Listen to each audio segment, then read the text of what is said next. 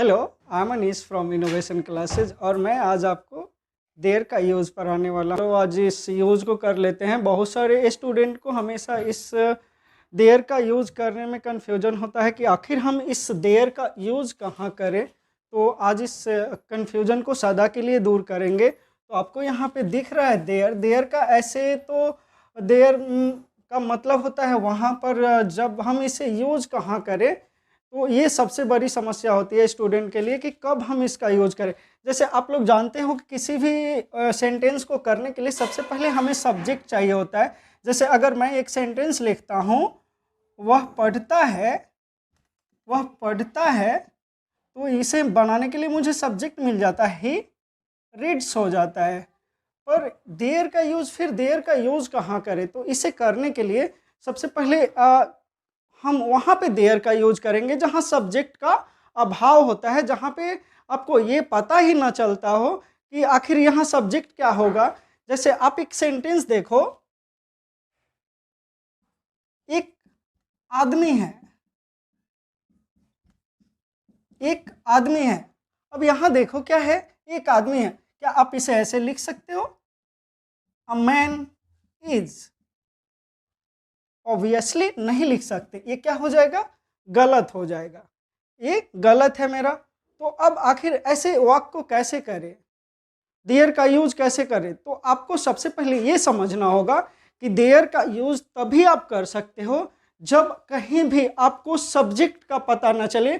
आप कंफ्यूज हो जाओ कि इसका सेंटेंस में सब्जेक्ट क्या होगा, तो उस सब्जेक्ट की पूर्ति करने के लिए हम देयर का यूज करते हैं।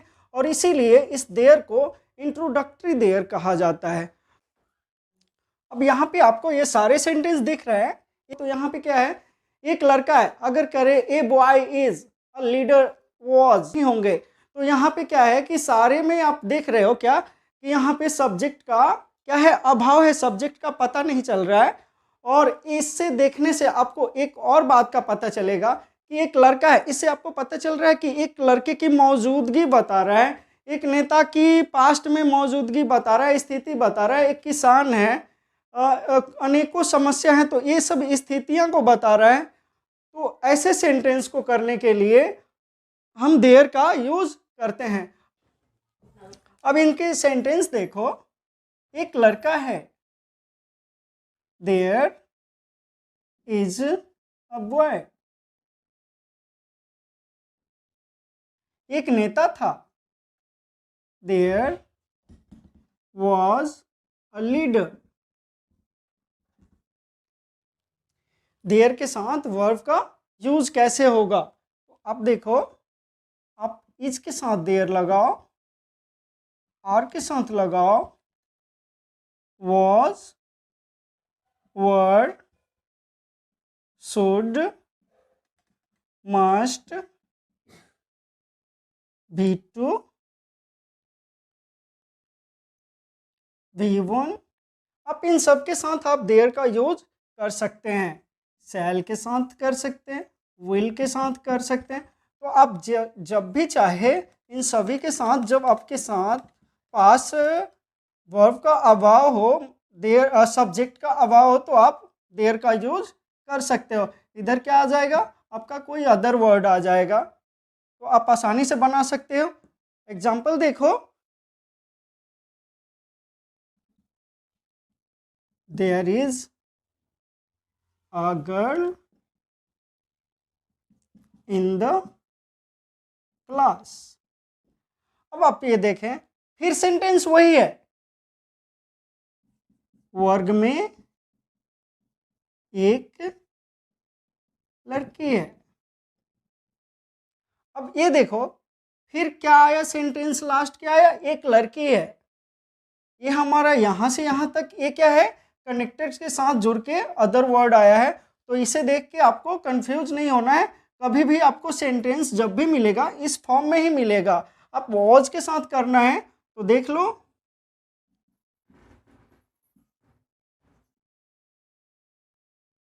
देयर वॉज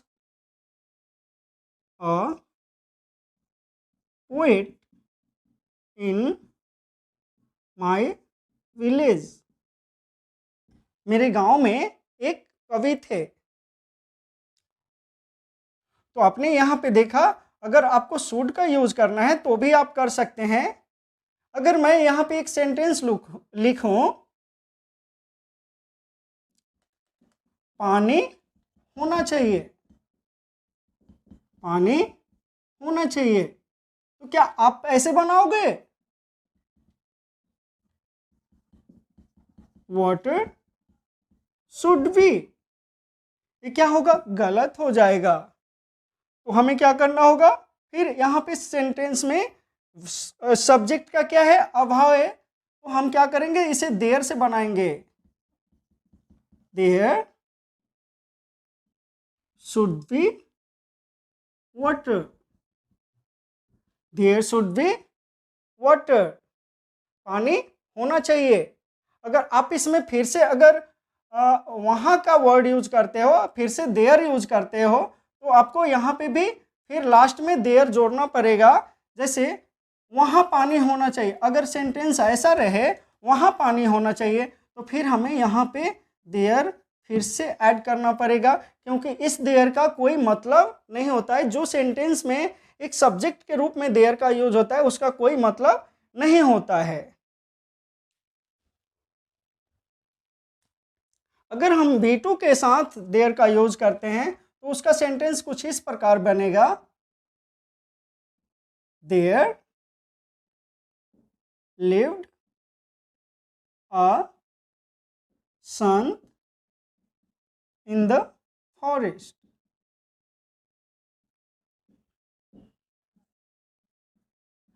जंगल में एक महात्मा थे। महात्मा या साधु आप इसको बोल सकते हो। तो आपने देखा यहाँ पे हमने देयर के साथ V2 का भी यूज किया। तो आप जब भी, आप ये ध्यान दो कि जब भी आपके साथ आपसे कभी भी कोई नंबर या फिर कोई क्वांटिटी की बात की जाए और उसमें सब्जेक्ट का अभाव हो, तो आप वहाँ पे देयर का यूज करेंगे। जैसे आपने यहाँ देखा कि मैंने बोला कि बहुत पानी है, तो यहाँ देखो बहुत पानी है मात्रा बता रहा है, जबकि मैं कहूँ 2 आदमी है, 10 आदमी है, 10 लोग हैं, 10 लड़के हैं, 10 स्टूडेंट्स हैं, तो इस सब के लिए हमें क्या करना पड़ेगा? देयर का यूज करना पड़ेगा। क्योंकि जहाँ भी कभी आपको नंबर्स बताने हो, आपको जब भी देयर के सेंटेंस आएंगे तो कुछ ऐसे ही सेंटेंस होंगे जहाँ पे आपको नंबर्स रिलेटेड बातें की जाएगी। जैसे 1000 लोग थे, उस मीटिंग में 1000 लोग थे, उस पार्टी में 10 महिलाएं थी। तो इस तरीके से आपको कभी भी सेंटेंस मिलेगा तो कुछ नंबर्स रहेंगे, यानी आपका जो मोस्ट इम्पॉर्टेंट वर्ड्स रहेगा वो रहेगा या तो कोई देयर का जब भी यूज करोगे तो कोई नंबर्स रहेगा, नंबर्स प्लस उसके आगे नाउन रहेगा, और या तो क्वांटिटी प्लस कोई नाउन रहेगा।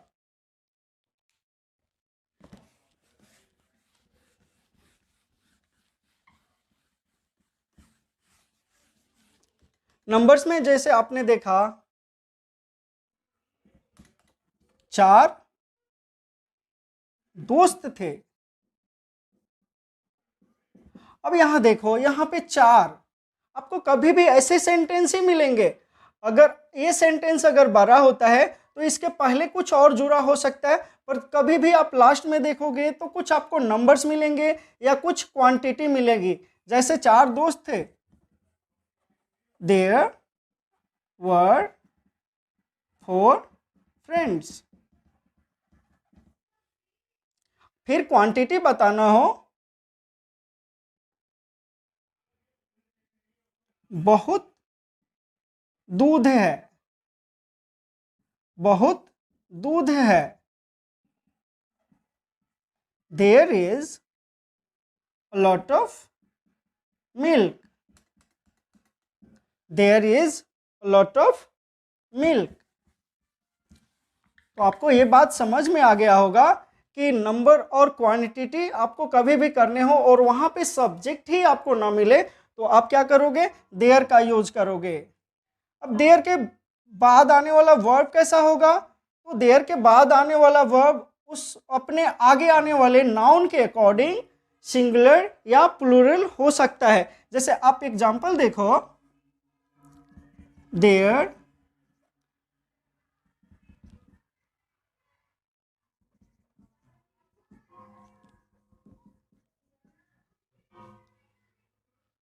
There fill in the blanks many children. अब यहाँ देखो मेनी चिल्ड्रेन है, तो आपको पता है चिल्ड्रेन जो है प्लूरल नाउन है। इसके अकॉर्डिंग जब ये नाउन प्लूरल है तो हमें इस कंडीशन में यहाँ पे आर का यूज करना पड़ेगा, क्योंकि हमारा सब यहाँ पे नाउन क्या है, प्लूरल है। पर जैसे ही ये सिंगुलर होगा तो हम इज का यूज करेंगे, और अकॉर्डिंग टू टाइम के अकॉर्डिंग हम दूसरे वर्ब भी यूज कर सकते हैं जो कि सिंगुलर या प्लूरल होगा।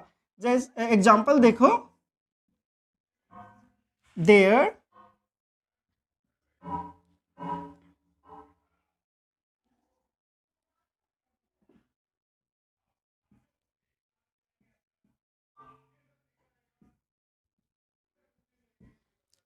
There fill in the blanks और रॉबर देयर। अब देखो यहाँ पे रॉबर क्या है, सिंगुलर है, इसलिए यहाँ पे क्या यूज करना पड़ेगा, सो हम यहाँ पे इज का यूज करेंगे। There is a robber there, वहाँ एक डाकू है। तो आपको ये भी समझ में आ गया होगा कि हम देयर के साथ वर्ब का यूज कैसा होगा।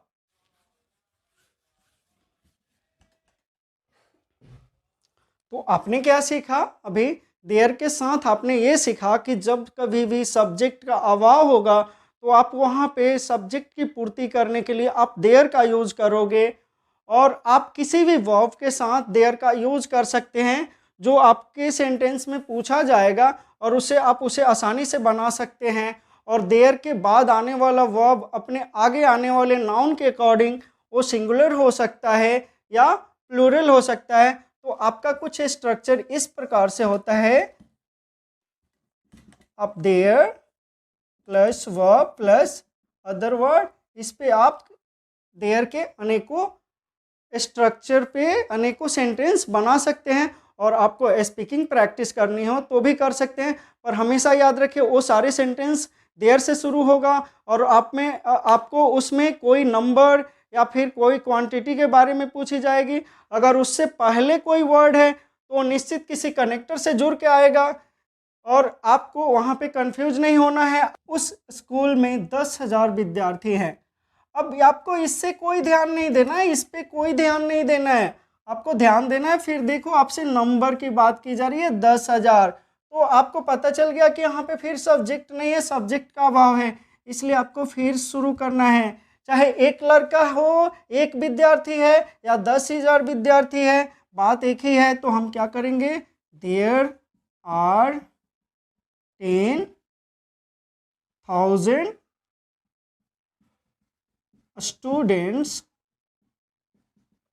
और कहाँ है, स्कूल में है, इन द स्कूल। तो आपको ये समझ में आ गया होगा कि कभी भी आपको कंफ्यूज नहीं होना है, कभी भी जो भी सेंटेंस मिलेगा ऐसा ही रहेगा। एक लड़का है, एक विद्यार्थी है, एक आदमी है, एक राजा था, एक संत था, 10 संत था, अनेकों संत थे। तो ऐसे ही आपको कुछ नंबर्स होंगे, या बहुत पानी है, थोड़ा पानी है, बहुत पैसा है, बहुत घी है, बहुत तेल है। तो ऐसे आपको नंबर्स पूछे जाएंगे या मात्रा पूछे जाएंगे, और वहाँ पे सब्जेक्ट आपका नहीं रहेगा। और वैसे सेंटेंस को बनाने के लिए आप हमेशा देयर का यूज करोगे। आई होप आपको ये यूज समझ में आ गया होगा। अगर आपको मेरा वीडियो पसंद आया तो please like and subscribe my channel. Thank you guys.